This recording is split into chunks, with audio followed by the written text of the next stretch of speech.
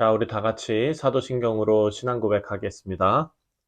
전능하사 천지를 만드신 하나님 아버지를 내가 믿사오며 그 외아들 우리 주 예수 그리스도를 믿사오니 이는 성령으로 잉태하사 동정녀 마리아에게 나시고 본디오 빌라도에게 고난을 받으사 십자가에 못 박혀 죽으시고 장사한 지 사흘 만에 죽은 자 가운데서 다시 살아나시며 하늘에 오르사 전능하신 하나님 우편에 앉아 계시다가 저리로서 산 자와 죽은 자를 심판하러 오시리라. 성령을 믿사오며 거룩한 공회와 성도가 서로 교통하는 것과 죄를 사하여 주시는 것과 몸이 다시 사는 것과 영원히 사는 것을 믿사옵나이다. 아멘. 우리 다 같이 찬송가 298장 속죄하신 구세주를 함께 찬송하겠습니다.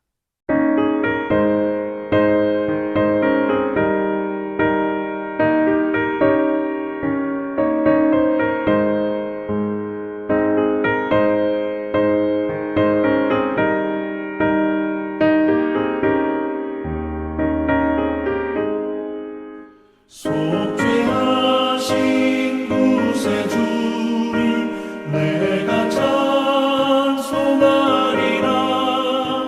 내게 자유 주시려고 주가 고난 당했네. 그 신사랑 찬양하리. 나의 죄 사하려고 십자가에 죽임당한 나의 주 찬양하리. 내가 구원받은 증거 기뻐 전파하리라. 내 죄 모두 담당하신 주의 사랑 크셔요. 크신 사랑 찬양하리. 나의 죄를 사하려고 십자가에 죽임당한 나의 주 찬양하리.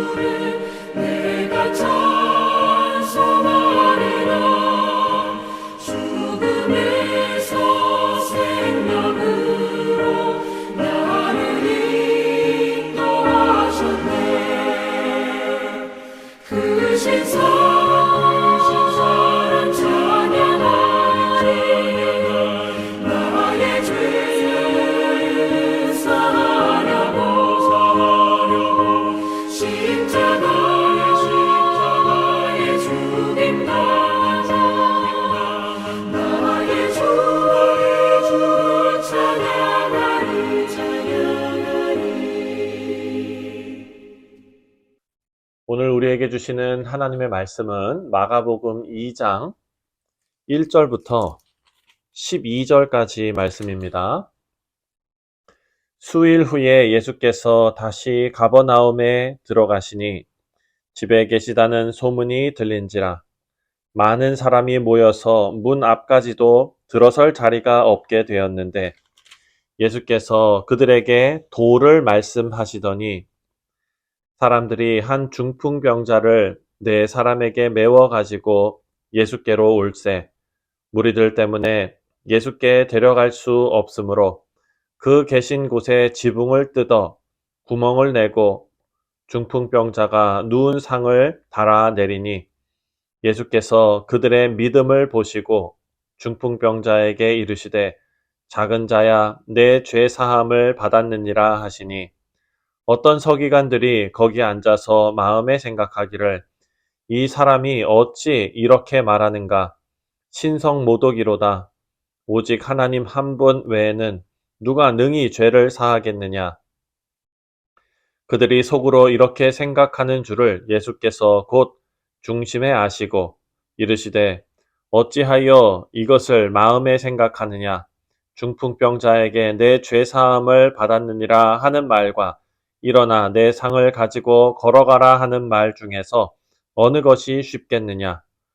그러나 인자가 땅에서 죄를 사하는 권세가 있는 줄을 너희로 알게 하려 하노라 하시고 중풍병자에게 말씀하시되 내가 내게 이르노니 일어나 내 상을 가지고 집으로 가라 하시니 그가 일어나 곧 상을 가지고 모든 사람 앞에서 나가거늘 그들이 다 놀라 하나님께 영광을 돌리며 이르되 우리가 이런 일을 도무지 보지 못하였다 하더라. 아멘. 기도하겠습니다.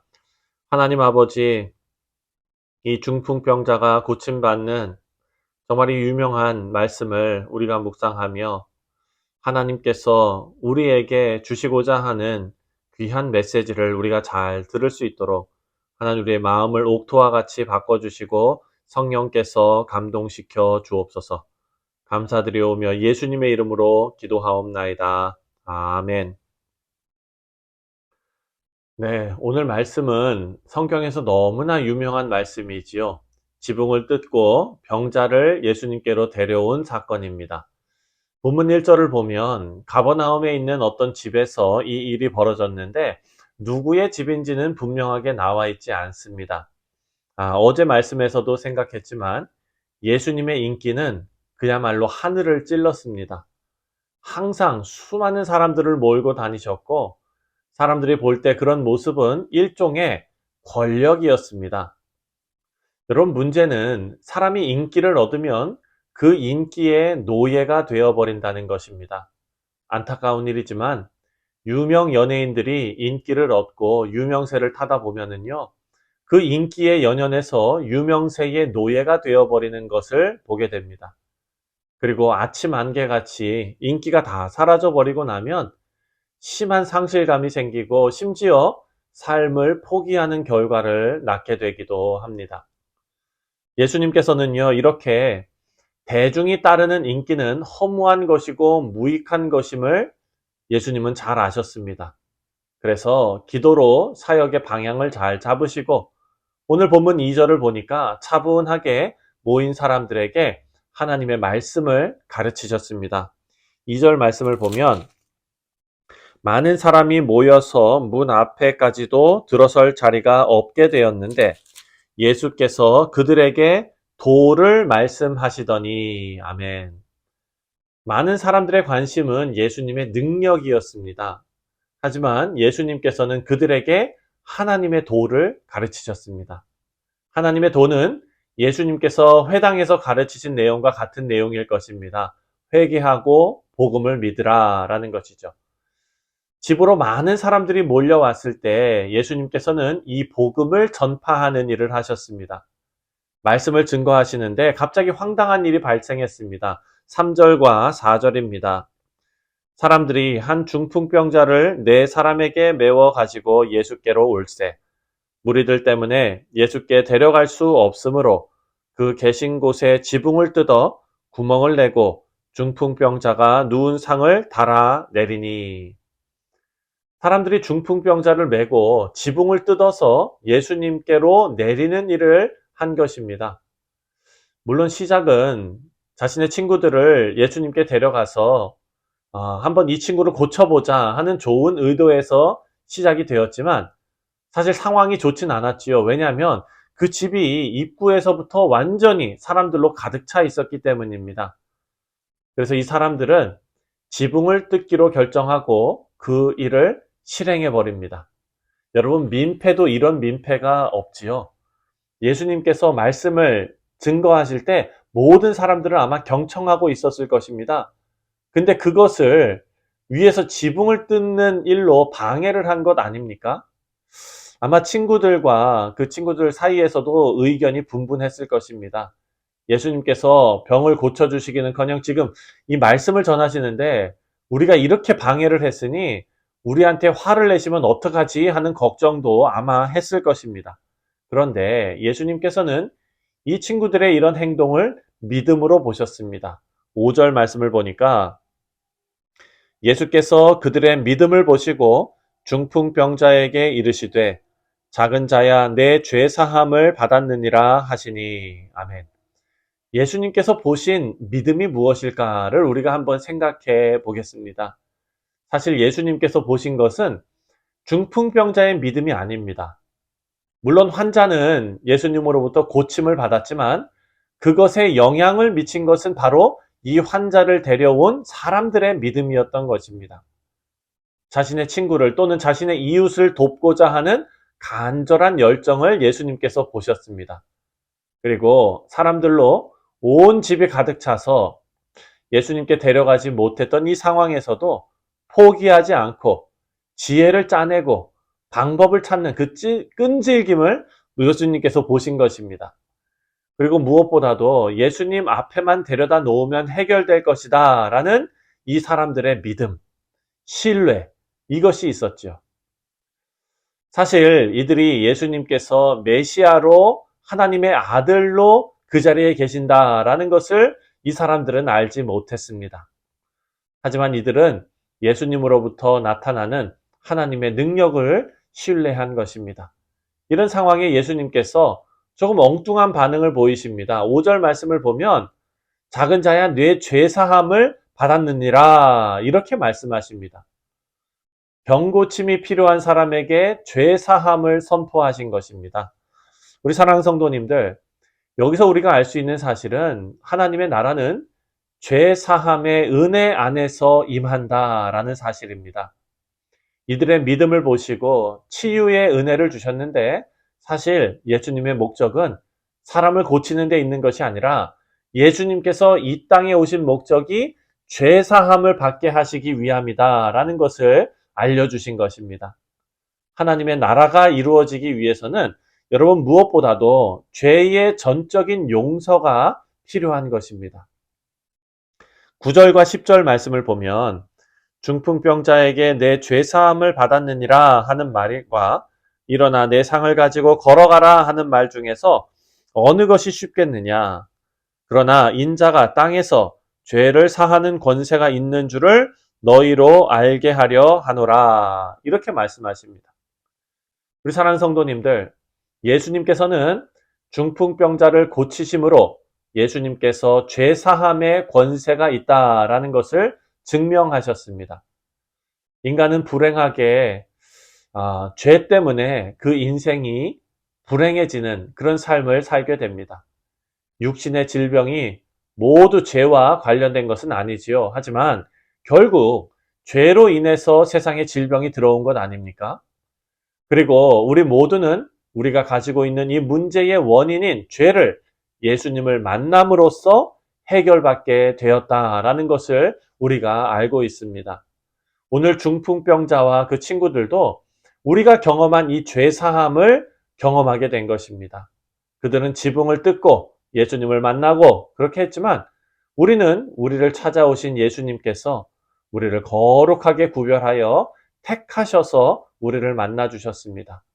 그 누구도 예수님을 믿지 않고는 죄에서 자유함을 얻을 수가 없습니다. 죄의 짐에 눌려서 고통당하고 있는 사람들은 모두 주님께 나와야 하는 것입니다. 예수님을 인생의 주인으로 모시고 그렇게 사는 사람들, 그 사람들은 복된 삶을 사는 것이죠. 우리 사랑하는 성도님들, 오늘 본문을 보면 예수님을 만나고도 예수님을 알아보지 못하는, 은혜를 경험하지 못하는 사람들도 있었습니다. 바로 서기관들이죠. 죄를 사하는 권세를 눈으로 보고도 뒤에서 수군거리는 사람들. 여기서 우리가 알 수 있는 것은, 예수님을 알고 발견하는 것은 여러분 지식이 아니라 은혜라는 사실입니다. 그 당시 서기관들은 정말 대단한 사람들입니다. 율법을 줄줄 외는 사람들이고 하나님의 말씀을 줄줄 외는 사람들입니다. 하지만 그들은 지식으로 예수님을 만날 수 없었던 것입니다. 하지만 예수님을 만날 수 있었던 사람들은 은혜로 예수님을 만나게 되었습니다. 바라고 기도하기는 우리 모두가 그 죄사함과 은혜의 자리에서 예수님을 발견하지 못한 그 어리석은 사람들이 아니라 예수님을 신뢰하는 믿음으로 죄사함을 받는 그런 성도임을 감사하며 찬송하는 그런 하루가 되시기를 주님의 이름으로 축원드립니다. 기도하겠습니다. 하나님 아버지, 은혜와 사랑에 감사를 드립니다. 그 은혜가 넘쳤던, 죄사함이 있었던 그 장소에서도 하나님의 은혜를 발견하지 못한 자들이 있었습니다. 하지만 아버지여, 주를 신뢰하고 하나님의 능력을 신뢰하는 자에게 그 믿음을 보시고 하나님께서 예수님께서 죄사함의 은혜를 주셨던 것처럼 우리 모두가 하나님의 은혜를 경험하는 귀한 자들 되게 하여 주옵소서. 감사드리오며 예수님의 이름으로 기도하옵나이다. 아멘. 하늘에 계신 우리 아버지여, 이름이 거룩히 여김을 받으시오며 나라가 임하시오며 뜻이 하늘에서 이루어진 것 같이 땅에서도 이루어지이다. 오늘 우리에게 일용할 양식을 주시옵고 우리가 우리에게 죄 지은 자를 사하여 준 것 같이 우리 죄를 사하여 주시옵고 우리를 시험에 들게 하지 마시옵고 다만 악에서 구하시옵소서. 나라와 권세와 영광이 아버지께 영원히 있사옵나이다. 아멘. 네, 사랑하는 성도님들, 오늘 월요일은 우리 교육부서를 위해서 기도하는 날입니다. 우리 교육부를 담당하고 계시는 이태규 장로님과 그리고 또 많은 교사들을 위해서 기도해 주시고 저들의 헌신과 그리고 그 땀방울, 그 노력, 그 모든 것을 하나님께서 다 알고 계심을 믿습니다. 열정으로 하나님 섬길 수 있도록 위해서 기도해 주시고 또 귀한 교육부 사역이 열매 맺는 사역 될 수 있도록 함께 기도해 주시기를 바랍니다. 다 같이 기도하겠습니다.